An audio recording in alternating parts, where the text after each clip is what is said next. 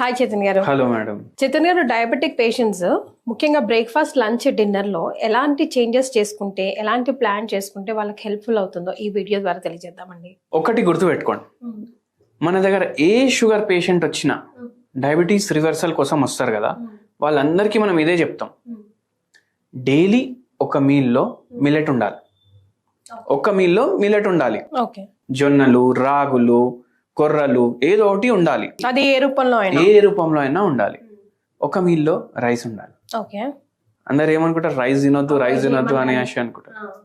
ఒక మీల్లో మిల్లెట్స్, ఒక మీల్లో రైస్. ఇంకో మీల్ మీరు ఫ్రూట్ అన్నా, సాలెడ్ అన్నా, వెజిటేబుల్స్ పెట్టుకోవాలి.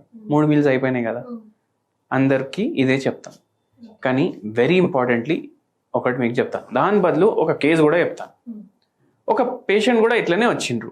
HbA1c 9 ఉండే. ఓకే. ఏజ్ 40 ఉండే. ఎంత ఉండాలి 40 ఏజ్ కి? 40 ఏజ్ ఉన్నా, ఏ ఏజ్ ఉన్నా, ఇప్పుడు కొత్త ఏవైతే నార్మ్స్ వచ్చినాయి దాని ప్రకారం 5.7 కింద ఉండాలి. ఓకే. అయితే ఏమైంది, మనం చెప్పినాము ఒక పూట జొన్న రొట్టె తినాలి, ఒక పూట మీరు ఫ్రూట్స్ తినాలి, ఒక పూట రైస్ తినండి. సరే, వెళ్ళిపోయినరు. 4 months తర్వాత మళ్ళీ HbA1c చేపిస్తాం మనం. మళ్ళీ 8 వరకే వచ్చింది. నేను అనుకున్నా 6 కిందికి రావాలనుకున్నా. ఓకే. 8 వచ్చింది.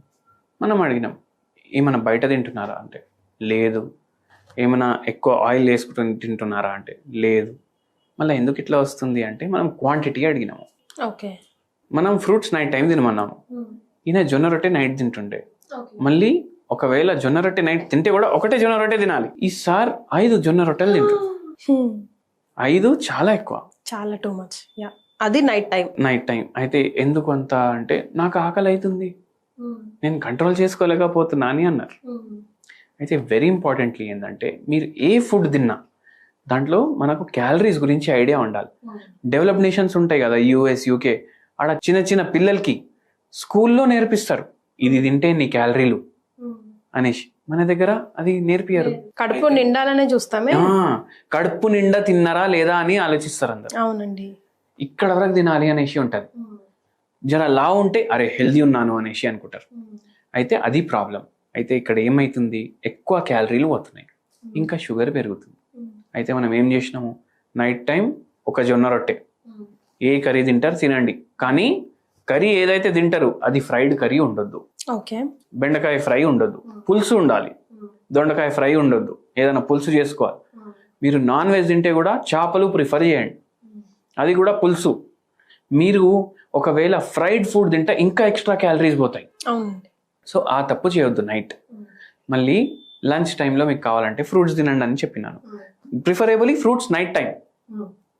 అండ్ వెరీ ఇంపార్టెంట్ ఏంటంటే మార్నింగ్ మీరు బ్రేక్ఫాస్ట్ తింటే ఇడ్లీలు కానీ దోశలు కానీ తింటారు కదా, మీకు ఎంత తినాలనిపిస్తే దానికన్నా సగం తినాలి. మార్నింగ్ బ్రేక్ఫాస్ట్లో సగం క్యాలరీలు తీసేసినాము. మధ్యాహ్నం ఏమో జొన్న రొట్టె తింటే దాంట్లో కూడా ఈయన అయితే 5-6 తింటుండే, కానీ 2 తినేటోళ్ళు ఉంటారు మ్యాక్సిమం. దాంట్లో సగం క్యాలరీలు తీసేసినాం. నైట్ టైం ఒక ఫ్రూట్ బౌల్ పెట్టినాము. అయితే 50% క్యాలరీస్ మనం ఫస్ట్ 2 మీల్స్లోకి వెళ్ళి తీసేసినాం. ఫ్రూట్స్లోకి వెళ్ళి కూడా క్యాలరీస్ తక్కువ పోతాయి బాడీలో, అక్కడ కూడా క్యాలరీస్ తీసేసినాం. దాంతోపాటు హోమియోపతి మెడిసిన్స్ ఇస్తాము. అట్లా మనం పేషెంట్కి షుగర్ రివర్స్ చేస్తాము. అండ్ ఇదే బెస్ట్ డయట్ అంట నేను షుగర్ పేషెంట్లకు.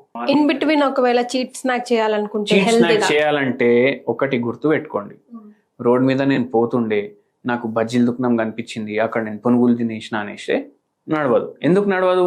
Full of calories, full of maida. మనం ఏమనుకుంటాం, పునుగులు ఏమో ఇడ్లీ పిండితోటి చేస్తారు అనుకుంటారు. ఆడు మైదా కలిపితే మనకి ఎట్లా తెలుస్తుంది? మైదా పిండి కలుపుతాడు, మీకు 30 రూపాయలకు ప్లేట్ ఇస్తాడు.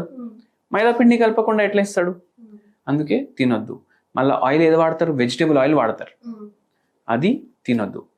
అండ్ వెరీ ఇంపార్టెంట్లీ ఏంటంటే మీకు ఒకవేళ మధ్యలో ఆకలి అయిందంటే కీరా ఉంటుంది కదా బండి మీద, కొనిసి తినండి. ఓకే. ఏమవుతుంది? ఏం కాదు, ఓన్లీ వాటర్ పోతుంది, ఫైబర్ పోతుంది, న్యూట్రియంట్స్ పోతాయి. అవునా కదా? క్యాలరీలు ఎంత, ఒక చాలా 5% క్యాలరీస్ కూడా ఉండవు దాంట్లో. సో అట్లా చేయండి మీరు. ఇట్లా చేసుకుంటా మనం క్యాలరీస్ తగ్గించుకోవచ్చు. అండ్ డయాబెటిక్ రివర్సల్లో కూడా హెల్ప్ చేస్తుంది అనమాట. అండ్ మీకు హోమియోపతి తీసుకుంటే రివర్స్ అవుతుంది డయాబెటీస్. అంటే ఓన్లీ మనకు కంట్రోల్ అవ్వడం కాదు, రివర్స్ అవుతుంది. అంటే మీ బాడీ లోపటి నుంచి డయాబెటీస్ పోతుంది, ఇంకా ఎస్, శాశ్వతంగా శాశ్వతంగా పరిష్కారం అవుతుంది. రైట్. అంటే జనరల్ గా చైతన్య గారు ఆకలి ఎక్కువ అవుతుంది షుగర్ పేషెంట్స్ కి అని అంటూ ఉంటారు కదా, మరి ఆ క్రేవింగ్స్ ఎట్లా అండి కంట్రోల్ చేసుకోవడం? చూడండి, మన మైండ్ అన్నిటికన్నా స్ట్రాంగ్. మనం స్ట్రెస్లో ఉంటే బజ్జీలు కూడా తినాలనిపిస్తుంది, బిర్యానీ కూడా తినాలనిపిస్తుంది, ఐస్ క్రీమ్లు కూడా తినాలనిపిస్తుంది. కానీ తినకండి. ఎందుకంటే అన్నిటికైనా ముఖ్యం అంటే ఏంది మనకు? మన హెల్త్. మన హెల్త్ మంచిగా ఉంటేనే మనకు ఏది కావాలి అది మనం తినొచ్చు. సో దానిపైన మీరు కాన్సన్ట్రేట్ చేయండి. మనం తినడానికి బతుకుతలేం, మనకు వేరే పనులు కూడా ఉన్నాయి. పిల్లల్ని చూసుకోవాలి, ఫ్యామిలీని చూసుకోవాలి, జాబ్ చేసుకోవాలి, ఈఎంఐలు కట్టాలి.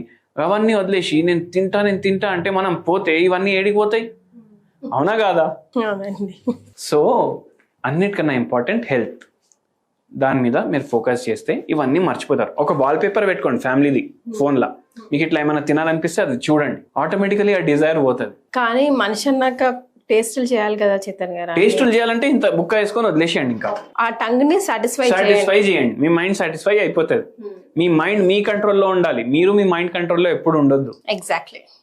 So healthy eating is like very important. అందులో మెయిన్ మీరు చెప్పేది ఎప్పుడైనా క్యాలరీ కౌంటర్ ఉండాలి కంపల్సరీగా అని అంటారు. హెల్దీ ఈటింగ్, క్యాలరీ కౌంటర్ ఉంటే సగం రోగం మన దగ్గరికే రాదు, వచ్చినా పారిపోతుంది. థ్యాంక్ యూ సో మచ్ అండి.